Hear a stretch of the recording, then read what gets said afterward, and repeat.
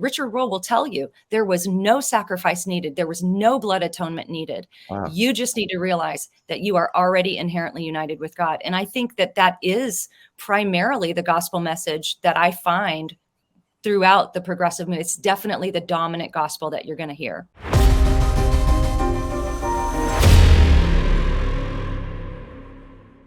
What would a progressive Christian typically, how would they describe the good news? Well, I'll give you the words of a progressive church themselves. So I pulled this off of a website of a progressive Christian church, and it said the good news, and that's with a capital G and a capital N. I have a slide of this in my presentation I give. The good news is that you are inherently united with God. So and again, there could be somebody that calls himself a progressive Christian that's not going to affirm this. What I'm analyzing is the movement as it manifests publicly, right? Yeah. And I have found that to be a consistent, this is the message of Richard Rohr, who's hugely influential in that movement. And that message is, and Richard Rohr will tell you, there was no sacrifice needed. There was no blood atonement needed. Wow. You just need to realize that you are already inherently united with God. And I think that that is primarily the gospel message that I find throughout the progressive movement. It's definitely the dominant gospel that you're going to hear. So the atonement was irrelevant?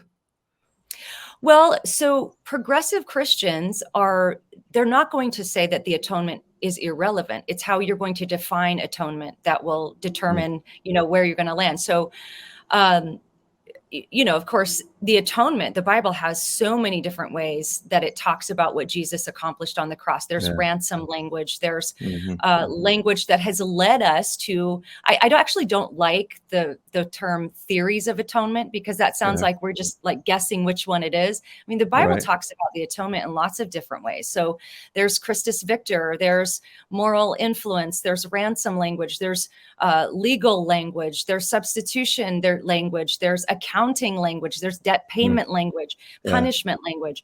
All of this is biblical. We affirm, as Christians, we should be affirming everything the Bible says.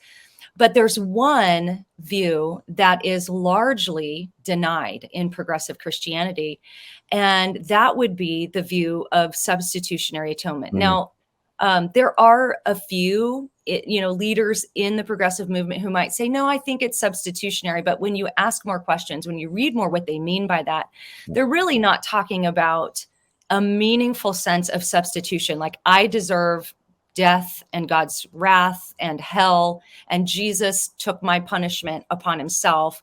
They're not talking about that. And so, to me, a view like Christus Victor, which is glorious and beautiful, is sort of meaningless if there's no substitution, right? And this is why William Lane Craig talks about that substitutionary atonement being that kind of that of the gem. He talks about the gem. You have all these different views, and that's sort of the core of that gem. I forget what he calls it. Is it what is it? It's been a while.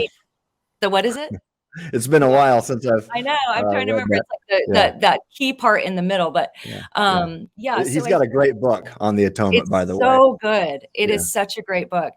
But yeah, so and then there's differences, right? So you have just a broad understanding of what substitutionary atonement might be.